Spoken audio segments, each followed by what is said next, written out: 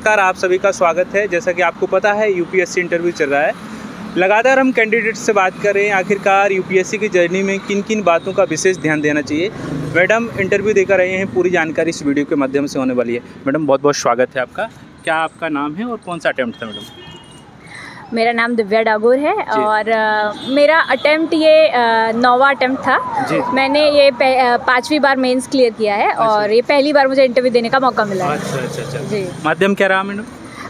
English medium. जी। कहाँ से belong करते हैं? जबलपुर मध्य प्रदेश। मध्य प्रदेश से, जबलपुर से। Optional madam? इकोनॉमिक्स। आज का इंटरव्यू कैसा रहा और कहाँ से ज़्यादातर सवाल रहे आपके? इंटरव्यू अच्छा रहा और काफ़ी अच्छे से कंफर्टेबल करके स्टूडेंट से सवाल पूछे जाते हैं और मेरा पूरा इंटरव्यू इकोनॉमिक्स में मिक्स था।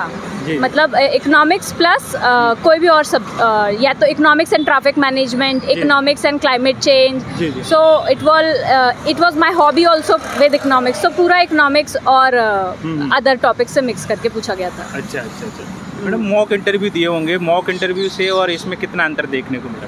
काफ़ी अंतर है। मॉक इंटरव्यू में हमारे डेप्थ से ही ज़्यादा सवाल आते हैं और जैसे इंटरलिंकेजेस कम होते हैं मॉक इंटरव्यू में काफ़ी सारे। तो यहाँ पे इंटरलिंकेजेस ही ज़्यादा से ज़्यादा थे कि हर टॉपिक में आप एक टॉपिक ना पूछ के 2 टॉपिक या मिक्स करके पूछा जा रहा था। सबसे पहला यही सवाल है मैडम मेरा कि 9 अटेम्प्ट आपने दिए, डीमोटिवेशन बहुत ज़्यादा, कैसे अपने आप को मोटिवेट किया और कैसे इतना लंबा सफ़र, आपकी रणनीति क्या रही पढ़ने के दौरान? पहले स्टार्टिंग के अटेम्प्ट्स में जब नहीं होता था, जब पहले प्री निकला, पहले अटेम्प्ट से प्री निकलना शुरू हो गया था। प्री निकला, पहले 3-4 अटेम्प्ट लगातार निकला। बट उसके बाद जब यूपीएससी का पैटर्न चेंज हुआ सीसेट का, तब मेरा प्री नहीं निकल रहा था। तो वो बहुत ही डिमोटिवेशन वाला फेज था। पर वही है कि हार नहीं माननी होती है, दोबारा कोशिश करते रहना होता है। और मैं साथ साथ किसी मतलब और भी तरह से इकोनॉमिक तरीके से अपने आप को सर्वाइव कर, मतलब कोचिंग में और जो थोड़ा बहुत काम वाम करके, तो ऐसे मतलब वो था, वो सर्वाइवल इशू नहीं था। तो वो सस्टेनेबिलिटी थी। और तो ऐसे धीरे धीरे करके फिर बीच में मेरा एक और परीक्षा में हुआ था जिसमें मैंने ज्वाइन नहीं किया था। जी। तो प्री के लिए क्या आपके बुक्स मटेरियल आपने यूज़ किया? क्या रणनीति रही है प्री के लिए खासकर? प्री के लिए स्टैंडर्ड बुक्स होती हैं जो आजकल सभी बच्चों को पता होती है। रणनीति बस यही होती है कि उसे बार बार पढ़ो, या फिर अगर उससे एक बार आपने अच्छे नोट्स बना लिए हैं तो उसे बार बार पढ़ो और करंट पढ़ो। मतलब रिवीजन, रिविजन मोस्ट इंपॉर्टेंट वही है। और क्वेश्चन पेपर टेस्ट सीरीज लगाओ जितना हो सकता है। सीसैट के लिए तो practice is must and paper 1 के लिए भी बहुत ज़्यादा प्रैक्टिस करते रहो, बस प्रैक्टिस से। और रिवाइज और एप्लीकेशन बेस्ड, मतलब कि कई बारी जो प्री के जो पेपर बनाते हैं, जो कोचिंग में बनते हैं, वो अच्छे होते हैं, लेकिन कई बारी बहुत ज़्यादा डिफिकल्ट क्वेश्चन भी डालते हैं। तो उससे डिमोटिवेट नहीं होना है, उसको उसका आंसर पढ़ लो और उसके मतलब जो इम्प्लीकेशंस जो वो गाइड करते, जो अलग अलग पॉइंट्स पे पहुंचते हैं। एक क्वेश्चन में 4 चीज़ें मिल सकती हैं हमें, तो वो 4 चीज़ें याद कर लो रादर देन कि नहीं बना वो सोचने से। PYQ का कितना रोल है और कब से आपने इसको लगाया था? PYQ का तो बहुत इंपॉर्टेंट रोल है। मैंने इतने पेपर्स खुद ही दे रखे थे, तो PYQ मतलब उन्हीं को वापस दोबारा हर बार पेपर के पहले पढ़ लिया करती थी। अच्छा। मॉक जो टेस्ट होते हैं और PYQ, इनमें बेहतर तरीके से बात करें, किसको ज़्यादा महत्व देना चाहिए? दोनों को ही। मतलब PYQ का जनरली लोग कहते हैं ज़्यादा महत्व देना चाहिए जी। पर जैसे PYQ लिमिटेड हैं और उनका आंसर हमें लगभग सबका हम देख ही लेते हैं 1 से 2 बार अटेम्प्ट होने के बाद। तो इसीलिए मॉक का भी महत्व होता है, क्योंकि मॉक में एक एक्स फैक्टर होता है कि आपको कुछ नया चैलेंजेस मिलता है उसमें। तो इसीलिए अनएक्सपेक्टेड पेपर को देखने का और सॉल्व करने का मौका मिलता है। अच्छा। NCERT को पढ़ा था आपने कि छोड़ा?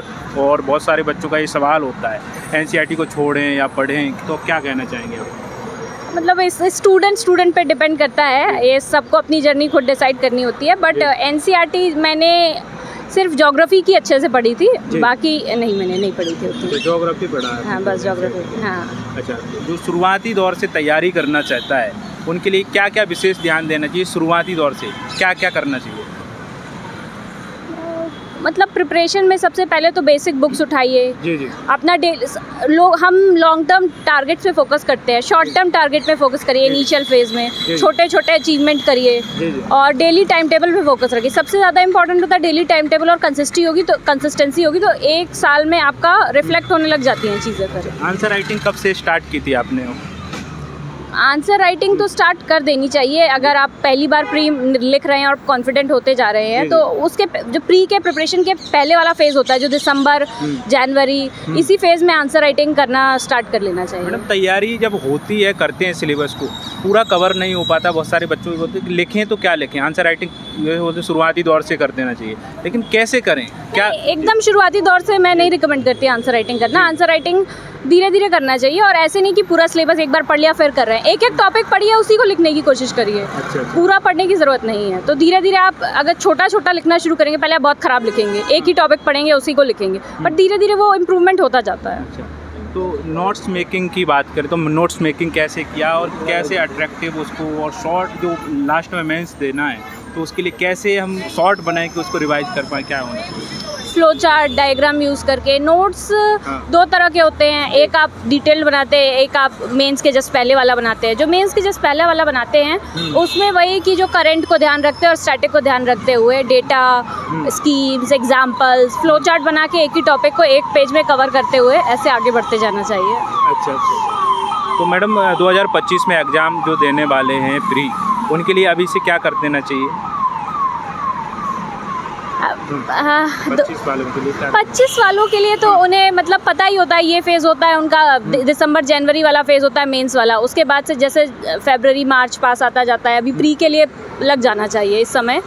अगर आप प्री के लिए बहुत कॉन्फिडेंट हैं तो आपको आंसर राइटिंग प्रैक्टिस कीजिए, अपना ऑप्शनल भी साथ साथ पढ़िए प्री के साथ साथ, और सीसेट को बिल्कुल भी आप लाइटली मत लीजिए। मैंने खुद इतनी बार सीसेट में मैं फेल हुई हूँ, तो मैं यही एडवाइस देना चाहूँगी कि सीसेट की प्रैक्टिस भी पहले से करते रहिए। तो प्रैक्टिस के लिए सीसेट के लिए क्या करना चाहिए, कौन कौन सी बुक्स को या PYQ क्या आपने यूज किया इसके लिए? सीसेट के लिए तो PYQ plus books as such नहीं यूज़ की थी मैंने, but take guidance from like any institute if you are really not good in CSAT, तो किसी का गाइडेंस लेकर उनके मटेरियल से प्रैक्टिस करना ज़्यादा हेल्प करता है फिर ओवर पीरियड ऑफ टाइम। अच्छा, जैसे आपने बात की कोचिंग की, तो कोचिंग कितना ज़रूरी हो जाता है स्टूडेंट के लिए? आपने कोचिंग ली थी या सेल्फ स्टडी करके भी पार किया जा सकता है? कोचिंग मैंने GS के लिए नहीं ली थी, वो मैंने सिर्फ ऑप्शनल के लिए ली थी कोचिंग, और थोड़ा टेस्ट सीरीज़ वगैरह जब मेंस के लिए ली थी। तो पर्सन टू पर्सन डिपेंड करता है, ऐसा कोई ज़रूरी रूल नहीं है कि कोचिंग लेंगे तो ही निकलेगा या नहीं लेंगे तो निकल ही नहीं सकता, ऐसा कुछ नहीं है। पर इंडिविजुअल इंसान की कैपेबिलिटी पे डिपेंड करता है, आप पहले से कितने तैयार हैं, आपके ग्रेजुएशन और पोस्ट ग्रेजुएशन से आपने कितनी कैपेबिलिटी अर्न की है उस पर डिपेंड करेगा। क्या मैसेज रहेगा सभी एस्पिरेंट के लिए, क्या बोलना चाहेंगी, क्या आपकी तरफ से क्या रहेगा? बस हार नहीं माननी चाहिए, कोशिश करते रहिए, लगे रहिए, हो जाएगा। ठीक है, all the best. Thank you.